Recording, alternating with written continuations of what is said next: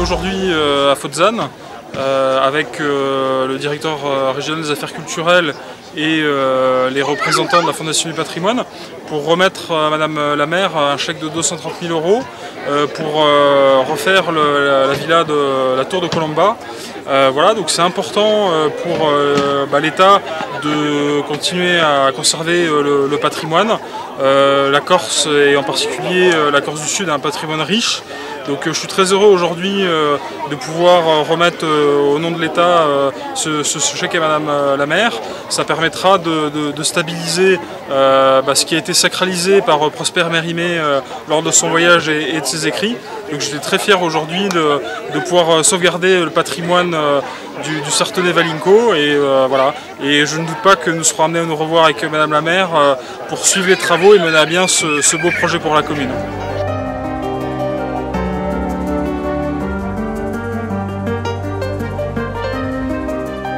Pour le territoire qu'est la communauté des communes de Valinco-Sartenay-Taravo, c'est extraordinaire d'avoir des maires comme Mireille Istres, très impliquée sur son territoire, parfois seule, peu ou pas aidée, et c'est merveilleux ce qu'elle arrive à faire en faisant la promotion de sa commune et en obtenant des financements pour sauver le patrimoine qui nous est cher à tous.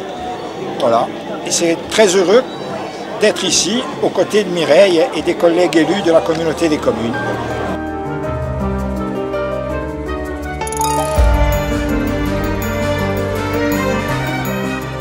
La moitié du patrimoine est dans des communes de moins de 2000 habitants, c'est-à-dire sur les territoires.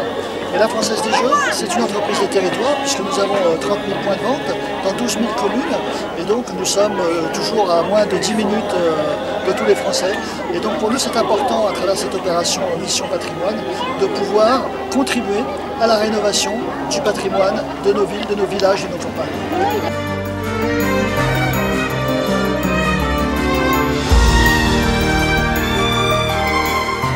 La collectivité de Corse est très heureuse d'être là présente et d'être près de Madame Istres pour ce loto du patrimoine, parce que la collectivité de Corse, soucieuse de son patrimoine, du patrimoine des Corses, a toujours été proche des maires pour les aider à concrétiser leurs projets. Donc ce soir, nous sommes très heureux d'être là.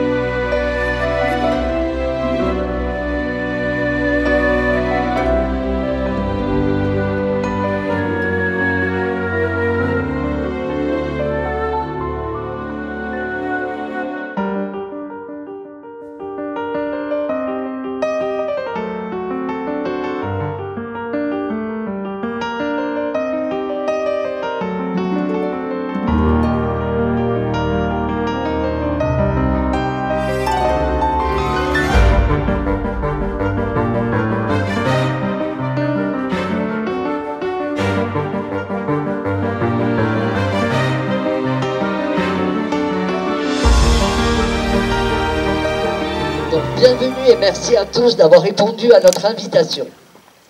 Une question me vient à l'esprit. Serions-nous là aujourd'hui si Prosper Mérimée n'avait pas rédigé son récit avec la portée qui est toujours la sienne sur Colomba Carabelli? Je suis tenté d'y répondre à la négative, tellement cette publication a généré d'intérêt sur le plan culturel et touristique. On citera notamment parmi d'autres le film d'Angecaste tourné en partie à Fozzane, mais aussi les ouvrages de Michel Laurens de Prade et de Max Carabelli.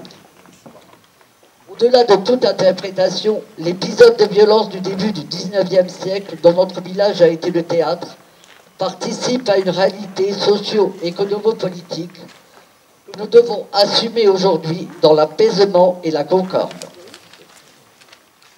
Tout ceci nous oblige, et c'est dans ce cadre que la municipalité s'est engagée dans un processus d'intégration au patrimoine communal de cet édifice de la Tour Carabelli, dite Maison de Colomba, dont la construction s'est faite en 2 étapes.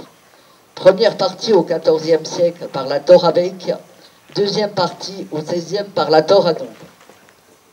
Après la phase d'acquisition et la première préservation, le moment est venu d'entrer dans une phase de consolidation de la démarche.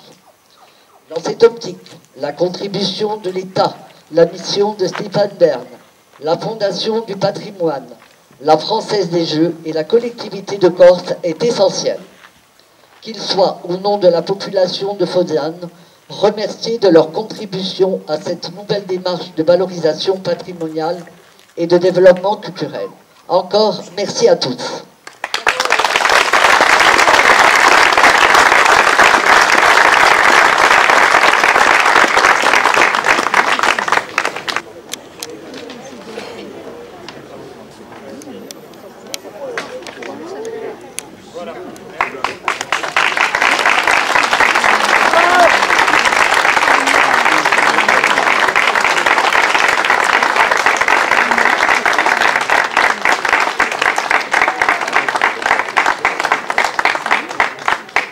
Je suis heureuse d'avoir candidaté à la mission du patrimoine pour la Tour Colomba.